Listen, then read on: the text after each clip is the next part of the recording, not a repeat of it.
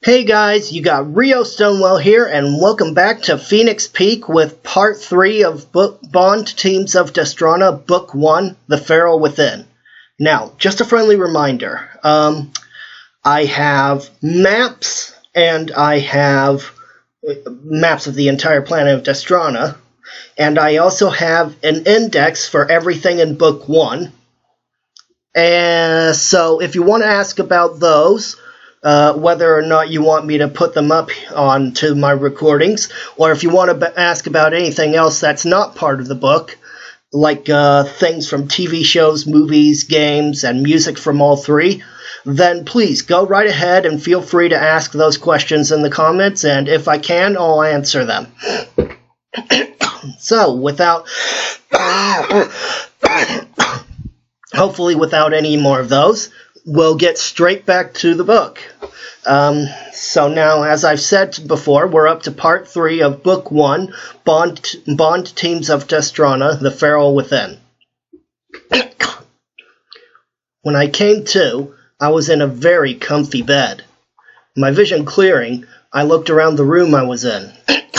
It was a big, spacious room, all fancy-pants looking.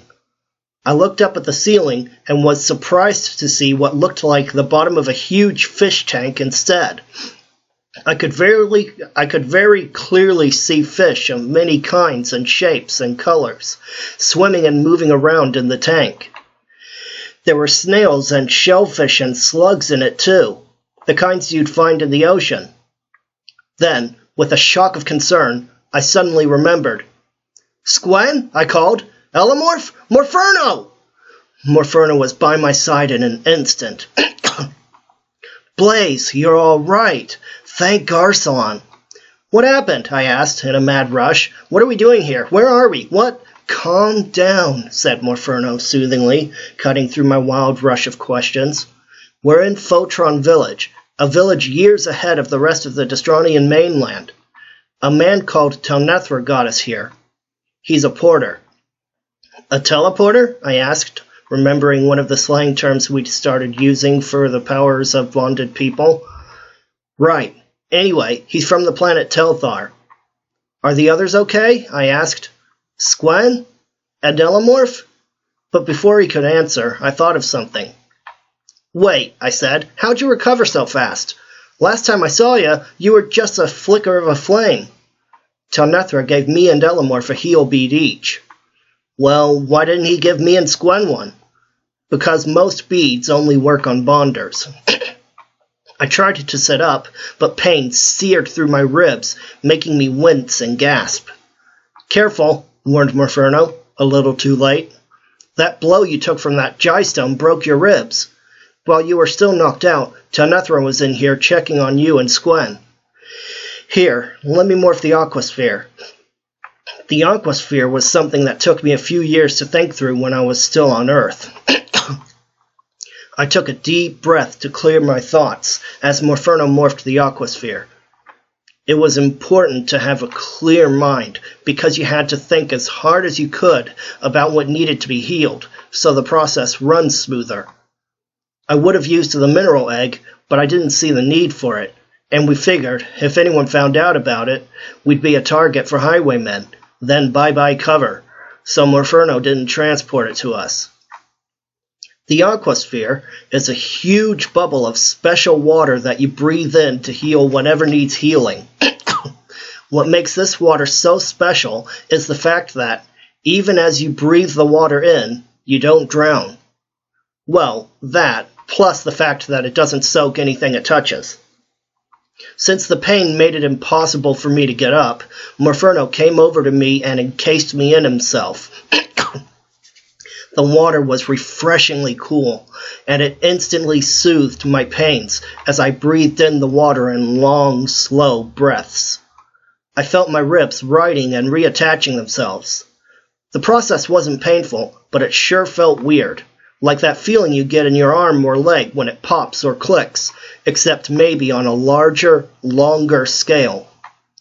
Like I said, not painful, but not exactly pleasant. When it was all done, Morferno removed himself from me and morphed back to his true form. You feel okay? He asked, anxiously. I think so, I said, gingerly sitting up. When I didn't feel any pain, I sat up all the way. Then I stood up. I looked at Morferno and grinned at him, and he grinned back. Come on, I said. What do you say we go and meet up with the others? I think that should wait till after you've had something to eat. I suddenly realized I was starving. Where's my everbag? I asked, sitting back down on the bed. I may have just been healed, but I still felt exhausted. And the hunger wasn't really helping much either. Right beside you. I grabbed my everbag and reached inside, but no matter how far down I reached, I couldn't get a hold of anything. What good is a bag if you can't get anything out of it? I asked, a little annoyed. You have to think about what you want to get out of the bag, then you can grab a hold of it, just so long as it was put there in the first place, of course. So I thought about a sortie, and there it was. I grabbed it, took it out of the bag, and ate it faster than I'd eaten anything in my life. Then I ate another. And another, actually. After about 3 or 4 sorties, I finally stopped eating. Man, I said, I don't think I've eaten so much in my life. Yeah, said Morferno, laughing, and you look it, too. Just then, Squen and Elomorph came in, with the guy I took to be Telnethra. Elomorph was in his organoid shape, but this time he was made of earth. Squen had a sort of bandaging on his head where the Jystone had hit him, but it was the weirdest looking thing I'd ever seen. Even if I tried, I could never describe it. Well, the patterns anyway. The bandaging itself was a really deep blue color, cobalt actually. At least I think so. The newcomer was bald, and was almost as big as me. Like me, he had an athletic build. He had on the weirdest clothing I'd ever seen, all space-age looking. I also noticed that, in addition to being bald, he had no eyebrows or eyelashes either. He was, as far as I could tell, completely hairless. His skin was the deepest, darkest blue I'd ever seen, and so were his eyes, except they were, as impossible as this may seem, an even deeper, darker blue, and they didn't have pupils or anything. Even so, he somehow seemed able to see better than any of us, and I mean that in more ways than one. Welcome to my home, he said in a deep, rich-sounding voice. It was a little like Elomorph's voice, but so much more rich and sonorous. Also, it seemed to radiate calm and tranquility. And welcome to Photron. I see that Morferno has managed to heal you. Are you well now? Yeah, I said. I feel great now. What's been going on? How long was I out? Come with us to my lounge, said Telnethra, and we will fill you in.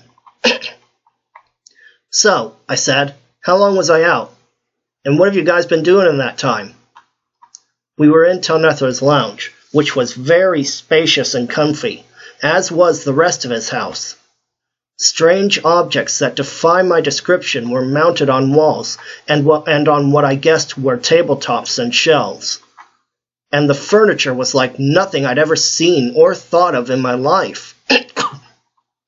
I was sitting in I didn't really know what it was, but it was very comfy. I was pretty sure it'd be easy to fall asleep in if I weren't so restless at the time. Squen was sitting on something that might have been a chair or a couch. Elomorph was still in the shape of an organoid, and still made of earth, and was lying near Squen. Morferno had morphed something from a Harry Potter book called a golden snitch, and was flitting around close by where I was sitting. Yeah, I know it seems a little nerdy, but I thought it was cute at the time. Well, said Squen, you were out for about the whole day. So, after we put you in bed, Morferno and I decided we needed to be more prepared for our journeys, so we used a telebead that Telnethra gave us to port to Starstram, a neighboring village, where we bought 100 heal beads, ice beads, and omni-telebeads, 50 fatal beads, and 3 hyper beads, refresher beads, booster beads, and stealth beads. They're all in your Everbag.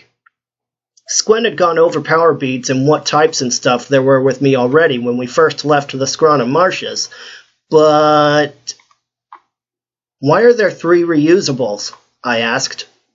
Because, said Telnethra, Gresslusher and I would like to join your bond team. Gresslusher? I asked. It means sparks in the tongue of my people, said Telnethra. He is a Dex. Well then, I said cheerfully, welcome aboard. Excuse me. A few hours later, we'd all gone out back, where Morferno had morphed a sim battle room. There was plenty of room in there for even a J-stone to move around in, even if it was using the battle ball skill. So, needless to say, moving space ain't an issue in there. Squen and I were in the observation box in one corner of the ceiling. In the center of the room stood Telnethra and Gresslusher, side by side. I turned on the mic so our voices could be heard throughout the sim room. You ready, Neth? I am ready, we heard him say through the speakers. Okay, I said. We're going to start you on level 3. Telnethra nodded his understanding. I set the dial to level 3, swamps filled with slime scents, and powered up the sim. As the room turned swampy, I fired up the cams. The cams were for a later reference of previous sims. In other words, every sim is recorded in case we miss any important details the first time round.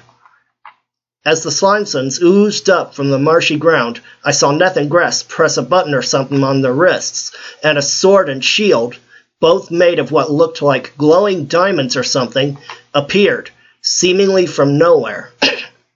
Swords and shields in hand, they charged at the slimesons. The slimesons started spinning on the spot, using momentum to aim and fire projectiles of themselves, but Neth and Sparks ported behind them and, one by one, stabbed them with their swords. As a sword struck a slimeson, the slimeson would get encased in... well, I wasn't sure what it was. Diamond lumps? Ice? Icy diamonds? Anyway, once the slimesons were frozen, they faded away. See, in addition to slaying rogues, you can just immobilize them to get the same result. When the last few slimesons were gone, I spoke into the mic again.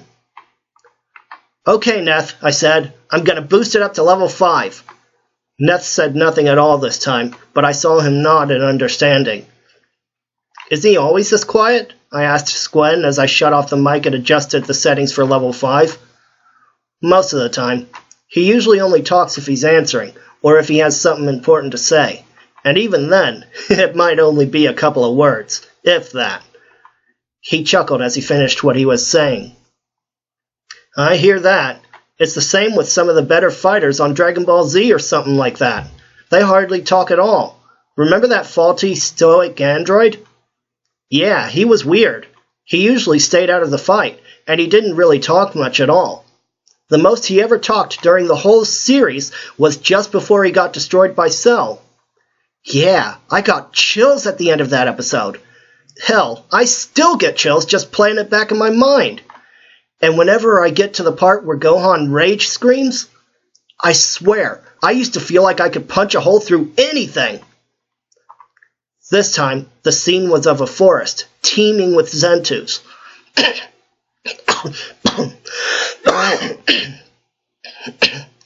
The Zentus surrounded Neth and Sparks. As one, the Zentus pounced on them, but they were too quick. Again, Neth and Sparks ported out of danger and rushed at the Zentus, causing confusion among them. One Zentu almost managed to get in a sneak attack on Neth, and I thought it had him too, seeing as Sparks was too far away to help, even if he saw it. But when he did see it, it was as if something passed between him and Neth, because an instant later, Neth did a reverse stab at the Zentu behind him, freezing it. Again, as before, the sim scene vanished. I switched the mic back on and said, "That was good, Neth. Think you can handle level 10? Yes. Okay, I answered, making the adjustments. Here we go. This time, instead of a fixed scene and rogue setting, level 10 sets the scenery to the user's homeworld, and the rogue is the same as the user's bonder. See, while we were talking back in Vescon about rogues, a thought gradually occurred to me over the days. What if, had a rogue been the same as a partner's bonder, they couldn't bring themselves to defeat it? I brought this up with Morferno, and, eventually, we came up with the idea for the settings in level 10. The home planet thing was basically there to just add to the whole general psych-out thing. If Neth was feeling guilty about slaying those Dexes in his own world, he sure didn't show it. So, I said, what now? We were all back in Neth's lounge, sitting on and in the weird but very comfy furniture. Squen sat near me, and Delamorph had become a small, flying version of himself, this time made of air. Well, mist. Air and water. Neth and Sparks were a little ways off from us, working on their wristband things, but not so much so that they were apart from us. Furno was a rat, one of his many disguises, and was on my shoulder. I was, as I usually do, eating something, in this case, a pomegranate. Or at least, something that looked like a pomegranate. Well, said Neth, recently I have been having some troubling visions of a rogue gigantic for about 2 moon phases now. Am I correct, Grisslusher?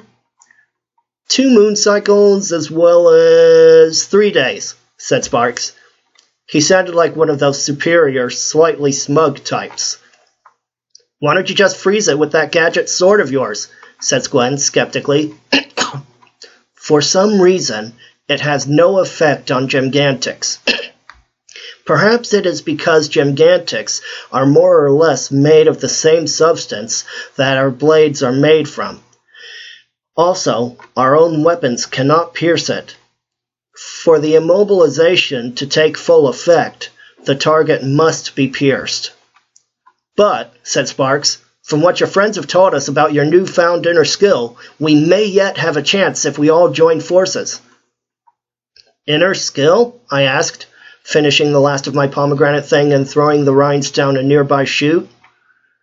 Neth had explained earlier that it led to a powerful incinerator, and by use of technology that he'd created, the fumes that came back up were fully treated before being released to avoid pollution. An inner skill, said Squen, can be anything, from your Viper Chain to, say, a healing power. It's often discovered in battle, and the time it takes to discover it may be a few days, or so many months. I think, said Morferno, what brought out your Viper Chain blaze was your urgency to keep you and your friends alive. You may be right, I agreed thoughtfully. When I saw all that crap go down, back at New Mech, it was like that urgency woke some hidden part of me from deep down. I must warn you, said Neth, that using one's inner skill may leave one exhausted, depending on if it is a battle skill or an assist skill. An assist skill tends to use only a minimal amount of energy. A battle skill, however, is a different case. The amount of energy it uses up depends on 2 things. The amount of the physical strength one has, and the power of the skill itself. In any case, as it was your first time using such a powerful skill, you are lucky to still be alive. If what you say is true, I said, then I got a hell of a lot of training to do if I don't want to pass out again. Then I thought of something I saw on the recording of the Zentu sim earlier. Hey, Neth, I said, that time in the sim room, when that Zentu was behind you, how'd you know I was there? Roughly 1 year ago, I have discovered my assist skill. What I see, Grisslusher sees, and vice versa. We have had to learn to focus on 2 scenes at once. Recently, We have taken to calling this skill splice vision. You know, I said, I don't know about you guys, but I'm starving. What do you say we go get some grub? That night, I couldn't sleep. I kept dreaming about me and Furno facing this huge rogue, all on our own. But then, when I was about to strike, Furno would morph some huge, lethal thing and turn on me, trying to kill me. I woke up with a cold sweat, and I was breathing fast and shallow. I wanted to ask Morferno about it, but I was afraid of where it might lead to. Are you okay, Blaze? Asked Morferno. Sometimes I wonder if mind reading is such a good thing after all. Furno? What if whatever's making the Bonders go rogue does it to you? How could I even think of having to take you down? What if... Blaze, listen to me. That can never happen to us. The stronger the bond between Bonder and partner, the stronger their will against going rogue. And believe me, our bond is about as strong as they come. But what about the bond teams we don't know about? What if... Don't worry about that now. If it ever does happen, then we'll deal with it together, as a bond team. There was a silence for a while, and I was still not convinced.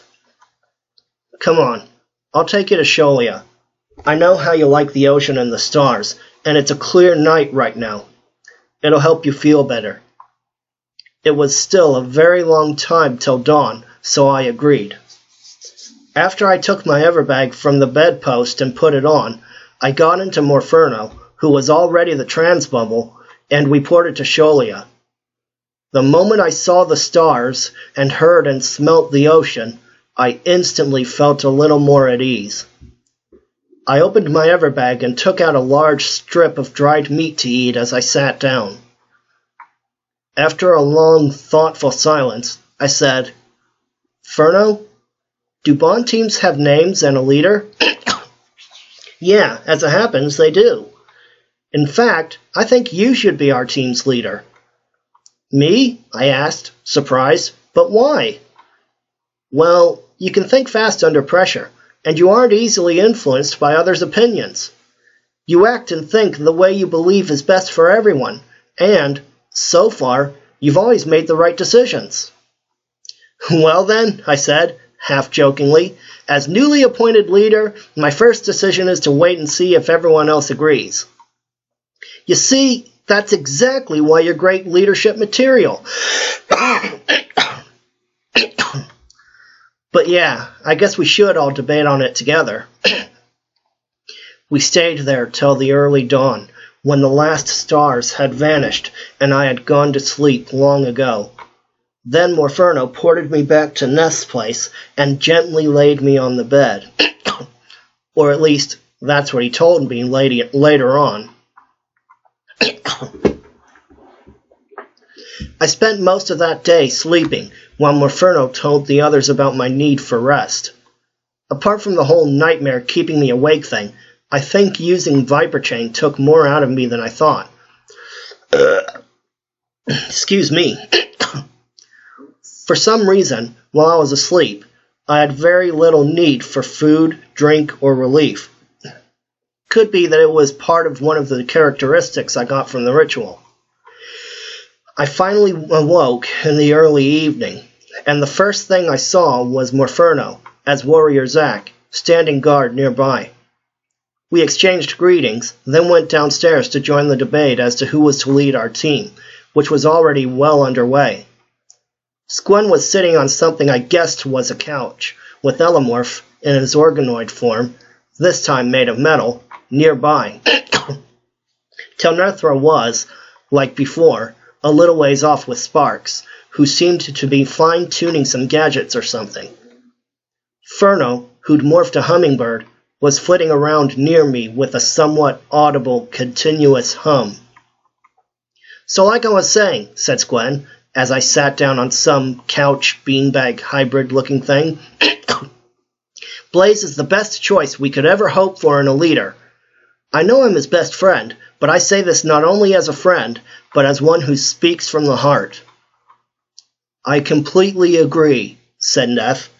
Blaze is the best option we have as leader. Do your bonders feel the same way? I asked. More or less, said Squen. More or less, I repeated, arching a brow.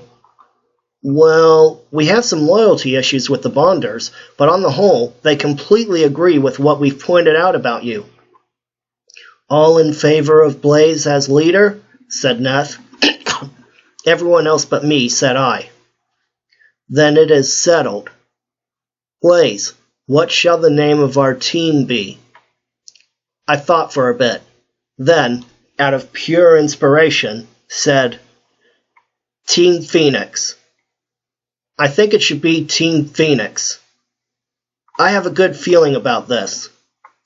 It feels like we can get the job done, no matter what. And even if we can't, we're only gonna come back stronger.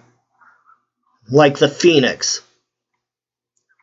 Everyone agreed that it was the best name for our team. We talked a bit more about nothing in particular. Then, one by one, we turned in for the night. The next morning, I woke up early and went out back with Morferno, who'd morphed a sort of mini cat-like wolf, to work out what I now call a Stamaskill training program. Eventually, we agreed that the best thing to do was a combination of strength and stamina building. So, after a breakfast of dried deer meat, we met with Sparks, and I outlined for him the kind of gym we needed him to make. Also, I added, do you think you could make it portable? Like, pocket-sized portable? I'll see what I can do, he said, but it may take up to a week, if not longer. That's okay, I said. I can wait a week. It didn't take a week. It took only 3 days for Sparks to make what I now call the gym ring. It works like this, he told me when he handed me the ring. The ring only responds to your voice. To turn it into a gym or a ring, you must first select key words or phrases for each. Since it's a ring, I suggest that you work on the code for the gym first. Whoa, I said, putting on the ring, amazed at how much he'd done in such a short time. Thanks a mil, Sparks. I owe you big time. It was nothing, he said, seeming maybe a little smug. Easy technology, really.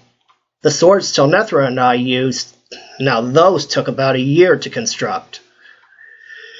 Speaking of those swords, how do they freeze rogues?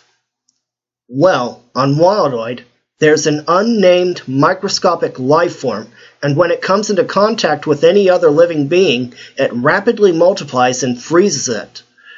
We were very interested in this organism, and so, over the year we spent on Wildoid, we developed a way to capture and program them to create swords and shields as needed. The curious thing about them is they do not seem to need nourishment, but we merely see that as a handy bonus.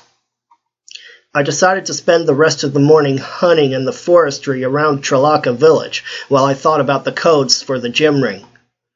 After telling the others where Morferno and I were going, I used a Trelaka telebead and, from there, hiked to the forestry to the west of the village.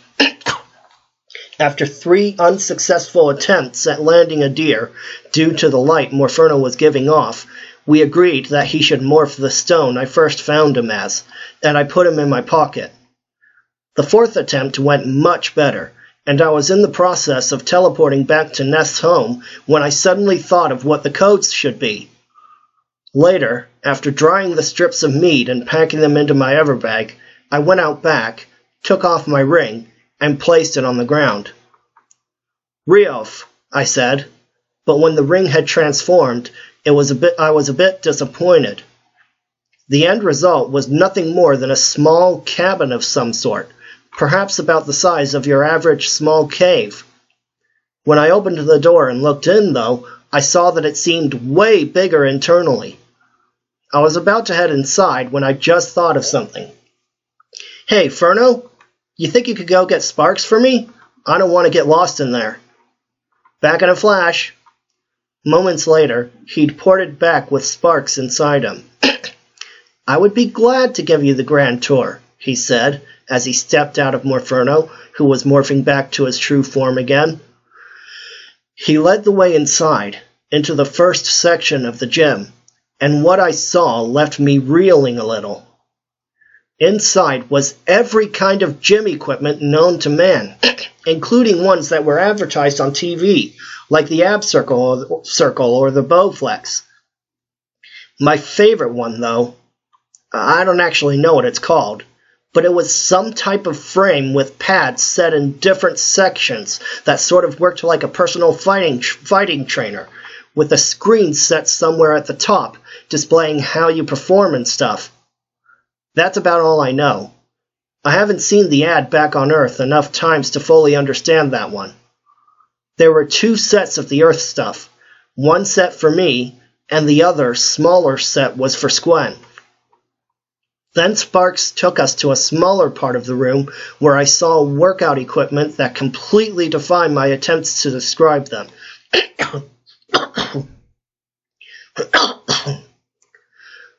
"This room is where Telnethra and I will train," said Sparks. "You mean, you made this for all of us?" I asked with surprise. "I did." Then he showed us the bathroom, the spa room, and, even I find this hard to believe, the meal room.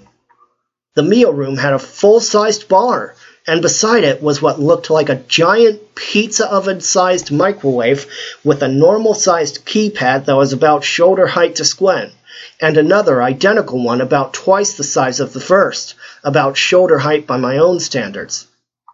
"What's that?" I asked Sparks, pointing to the microwave thing. "That is the Omni-Meal. You use the keypad to specify what kind of food you want, and in 5 to 10 seconds, you open the door and it will be there." "Just like that?" I asked, a little skeptically. "Just like that," he assured me, with that smugness I now know so well. "Try it yourself if you do not believe me." "Well, I am a little hungry." I went up to the Omni-Meal and used the larger keypad to enter Texas Straw Hats, mild, small serve. After about 5 seconds, the Omni-Meal dinged like a microwave. I opened the door, reached in, and took out the best-looking, best-smelling Texas Straw Hats I'd ever laid eyes on. Took me less than a minute to eat it, too. I think I almost took a bite out of the fork. Excuse me. "Sparks," I said, "you packed so much into this gym in just 3 days. The words stuck in my throat from being so emotional, but some of that could just be because I was reminded of some home cooking. For some reason, I'm usually like that in such situations. In fact, every time I watched that one part from Ty's Biggest Regret, I was reduced to pretty much crybaby status. I don't know what to say. Or do. Or... "Not to worry," said Sparks, all hint of smugness gone for once. "It was for a good cause. Bond teams, as you call them, must do what they can to prepare them for the ongoing battle against the rogues and their unknown puppet master. All that matters to me is that I have aided Team Phoenix in this." "Well, thank you, Sparks." The next month or so was a blur of power training, stopping only for refreshments and spas when needed. Earlier on, Sparks had told me that he put something special into the spas so that they acted as a bath, used for cleaning rather than just soaking in, and that any unwanted material in it would be broken down and disposed of the moment it came into contact with the water. Once, when I was sure no one was around, I decided to test that by opening the bomb doors, and whatever came out didn't stick around. I never could understand how that worked. Sparks tried like 3 times to explain it to me, but then I guess he just gave up, and I gave up trying to understand it. All four of us, me, Squen, Neth, and Sparks, trained harder than we ever did in our lives. Well, Elomorph makes 5, but he's combat ready by nature. I even snuck in some late-night training from time to time. I was absolutely determined not to pass out the next time I had to use my Viper chain. By the end of the month, I was so ripped I could literally tear a mature sapling out of the ground with one hand. I should know. I tried it. We need to keep a training program going every day, I said. Otherwise, we'll lose what we already gained over this month training in the gym ring. We were all sitting in the lounge. Squen was tossing a metal ball from hand to hand that Elomorph had morphed. Neth and Sparks sat working with their gizmos. Furno had morphed a slightly larger than normal dragonfly and was flying around the room. I was eating from a large cheese ball that I'd created using the Omni meal, which would normally have blocked me up pretty bad, but I found that, in my new body, I was unaffected by body problems caused by what I ate. "Is there anything else you might need me to make?" asked Sparks, looking up from his work. "Actually, there is something else. During the month we've been training, I thought to myself, what if we somehow got separated? I think we each need some kind of portable communication device." "I'll see what I can do," said Sparks. This time, it took about a month for Sparks to solve it, but it was really worth the wait. I was soothing my aching body in a tub after a bit of late-night training when I smelled Sparks in the room.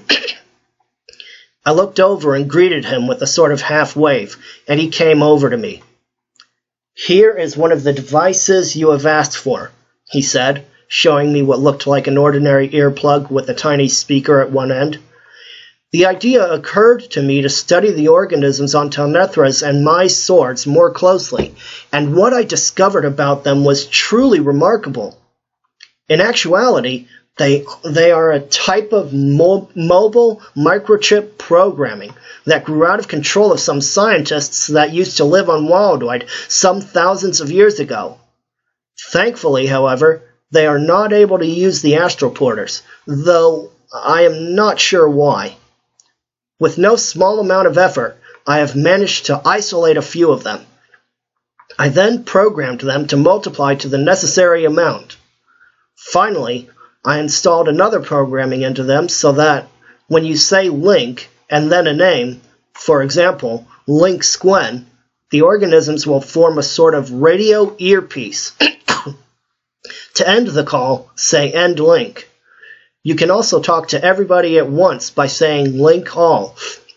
While inactive, the organisms will be scattered individually and, therefore, invisible to the naked eye. "Whoa," I said. "You've really outdone yourself this time, Sparks." I just couldn't help it. I know he's got a bit of a swelled head, but I just can't get past what he can do with all that techie stuff. "Think nothing of it, Blaze. All for a good cause." He handed me the device, but when I took it, it disappeared. "Do not be alarmed," said Sparks, seeing the surprise on my face. "The nanites are just separating. Remember, they are what make up the device." "Did you hand the others out yet?"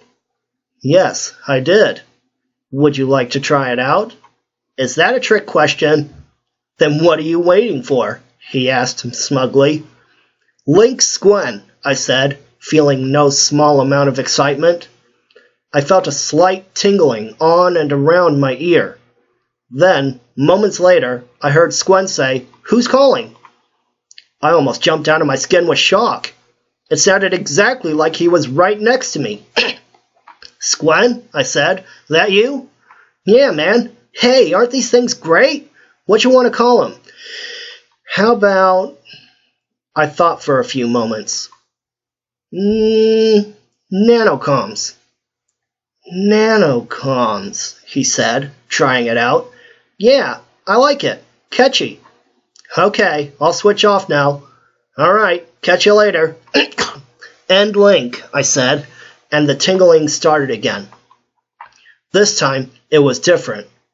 When I activated the nanocom, the tingling started almost unnoticeably faint, slightly intensifying from start to finish. This time, it was reversed, starting at the height of its intensity and finishing with that almost unnoticeable tingle. Must be a build-up and breakdown thing. Early that morning, I was shaken out of my sleep by a very worried-looking Squen. "Blaze!" he cried. "Wake up! Ness had a rogue vision, and it ain't pretty." That sure woke me up quick. I got to my feet as if a pin was poked into my ass. "Where?" I cried. "What of?" "Fluorite, it's an arachnida."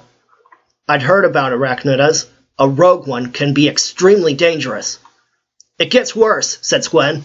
"Neth said the arachnida was chasing someone with a pet hemisphere. It seems to want the hemisphere real bad, 'cause it even crossed a wide river after it." "But arachnidas never cross water. They're terrified of it since they can't swim." "Exactly, so come on! Everyone's already waiting out back." "Furno," I thought as I ran. "Get ready to port us." "On it," he thought back. By the time Squen and I joined the others, Morferno had morphed the transbubble, and everyone else was already inside. I noticed, with some distaste, that Neth didn't look ready to puke after his vision. Once we were in with them, Morferno ported us to 4i. There was a few moments of weaving ribbons of color in black space, and when it stopped, a huge grassland, broken by many streams and rivers, took its place. I gotta say, it'd be a sweet place for a picnic or something. "No time for sightseeing," said Squen, breaking through my thoughts. "We gotta find that arachnida." "Furno," I said, "battle fuse." We fused, and Morferno, reading my thoughts, lowered a visor I now call the Rogue Seeker. After a few moments, I said, "Okay, guys, power up and follow me." Elamorph and Squen fused, while Neth and Sparks used their tech to up their speed and power. The bands around their wrists not only produced swords and shields, but they also encased them in a sort of enhancing battle suit. The suit, however, moves more like a fluid than like armor. Once we were all geared up, I ran west, the others right behind me. When we power up, our speed and strength, as well as our endurance, everything about us is greatly increased. So we'd only been running for a very short while when Ness suddenly called out, "There! I see it!" and pointed it out. As we altered our course toward the rogue, Squen called out, "Careful! Arachnidas can fire poisonous stingers from their arms. They take a while to grow back, so wait for it to fire them, then move in fast. And watch out for the webbing it shoots from its mouth." We slowed down when we got closer to the arachnida, hoping it would see us and try to get us with its stingers. It saw us all right, but instead of using its stingers, it shot its webbing in a wide, arcing sweep. Arachnidas may be smart compared to animals back on Earth, but they ain't geniuses, which was why we were caught by surprise. We all managed to jump, dodging the sweep, but the arachnida, seemingly expecting this, shot another sweep of webbing at us while we were helplessly in the air, and we crashed, painfully and awkwardly, to the ground, where we lay stuck fast. "Furno," I called as I struggled, "can you burn through this stuff?" "No! No ordinary element can burn through this webbing!" He sounded frustrated, maybe even angry with himself. "Wait," said Squen. "If Neth can port to that rogue, he might stand a chance with his tech. He can at least buy us some time to figure out how to get out of this stuff." "I am on it," said Neth as he got ready to port. Sparks would have ported too, but he relied on his tech for that, and he didn't have an arm free to use it. While Neth fought with the arachnida, we racked our brains on how to get free. Then, "Shit! I'm so stupid!" "What?" said Squen. "What is it?" "Can Elamorph grow?" "Yeah," said Squen, catching on right away, "if the right elements are available, but what about you?" "Don't worry about me," I said. "Just focus on what you need to do." "Elamorph, element shift and absorb Earth." "Furno, turbofuse!" As our fusions grew, I turned to look at Neth to see how he was holding out. He seemed to be doing okay, but he couldn't land a single hit. The arachnida kept firing stream after stream of webbing, forcing Neth to concentrate entirely on porting out of the way. Basically, he wasn't losing, but he wasn't winning either. Then, just as Squen and I got loose, and Squen was getting sparks out, the arachnida struck Neth with a stinger! It happened so fast I barely saw how. 1 minute, its upper arm was bare. Then, the next second, a stinger had suddenly protruded from it and stuck into Neth. Before the poison kicked in, Neth just had time to port next to us, where he collapsed, practically out cold. "Sparks," I said, thinking fast. "Go and get that kid and his pet somewhere safe. Furno, defuse and heal Neth while I try my chain on that rogue." "You sure you're ready to use it again?" "I don't know," I said, as Morferno defused from me and morphed the aquasphere. "But we have no choice. It's our last shot." I took a deep breath, braced myself, then called out, "Viper chain!" First, I concentrated on covering up the arachnida's mouth and stinger sacs. Then I used more of the chain to immobilize it. "Is Neth healed yet?" I thought to Morferno. "His injuries are, but arachnida poison could take me at least a half hour to cure." "Then we have no choice," I said aloud. "Squen?" "I'm on it," he said reluctantly. See, it was getting harder and harder for us to kill the rogues. Okay, so it's not actually real death, but still, it's really getting to us. It wasn't really their fault they started going rogue. We preferred Neth or Sparks to freeze them, but with Neth out of action, and Sparks keeping that kid and his pet hemisphere somewhere safe, it was up to us this time around. If I kept the Viper chain going for too long, then I'd probably pass out again. When it was all over, I powered down my Viper chain and went to check on Neth.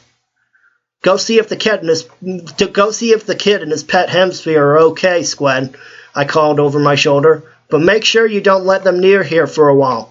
I'll contact you on the nanocom when everything's okay here. Gotcha, he called back. Can you move him while you're in Aquasphere, Furno? I asked as I came over. Yeah, he said, reading my thoughts. And I agree. He does need a bed. I activated my portahome bead so Morferno could take Neth inside to recover in comfort. Then I took off my gym ring, put it on the ground, and activated it. I only just had enough energy to stumble into the gym, get a beer from the bar, omni-meal some ribs, then stagger into the tub with the food and drink on the tray built into the rim. I sat in that tub for a long time, soaking up the warmth and occasionally nibbling at my food or taking a sip of my beer. After the first half hour, Morferno told me Neth was awake and sitting up, but he needed to take it easy. Sensing the exhaustion in my thoughts, he told me he would send for Squen and the kid himself. After I thanked him, I sank back into my thoughts. This rogue-killing thing was really getting to me. The sooner we find out what's causing this, the sooner we can end it. Then maybe we could finally... No, I thought to myself. I can't kill another rogue. I just can't. What was that, Blaze? Said Furno. Furno, meet me outside Nest's place at midnight. I know what you're thinking, Blaze, and although I strongly disagree with your plans, I think it might be the best thing for you. So you're not going to try and talk me out of it? I would, but you wouldn't really pay much attention in this case. Besides, you're the partner, and a bonder must go where its partner goes. Well, thanks, Furno. That night, I left Squen a note on my way outside. I'd already worked on it in secret during the day, and I got Morferno to cause it to be seen only by Squen. I knew he was the only one that wouldn't try to stop me when he found out what I was doing. Once I was outside, I found Morferno waiting for me, true to his word. Without word or thought, Morferno morphed the shadow bike, something that, despite the fact that I thought it up, is pretty hard for me to describe, but I'll try. See, basically, it's pretty futuristic looking. It sort of looks a little like a motorbike, but it's only just big enough for one person to get on. It was shaped just for my form alone to fit in it. Yeah, I said in, because at the area where I get on, there's I'm all tongue-tied. Because at the area where I get on, there's a casing of sorts, like those snow vehicles in that G.I. Joe movie, and it was made in a way to sort of lie in. You know how some vehicles in the snow almost make it look like you're lying on your front? Yeah, it's like that. The bottom of the shadow bike was flat and had no wheels. It hovers just above any surface, land or water, but if I needed it to, it can also ascend, which is basically fancy techie talk for getting airborne. To make it as stealthy as possible, the paintwork works in a way to almost flawlessly adapt and blend into surroundings, even the cockpit thing, and it makes no noise at all as it moves. After a few moments of regretful contemplation, I got in, and we slipped silently into the night. Well, that's it for part 3 of book 1. Unfortunately. I mean, I would love to go further, but I don't know how much space I've got left to work with on this for each part of the book. And I don't know how much longer I can go with people talking in the background anyway. Honestly, I forgot what else I was going to say after I read the book. But oh well, maybe I'll remember for the next part. Anyway, this is Rio Stonewell saying up, over, and gone.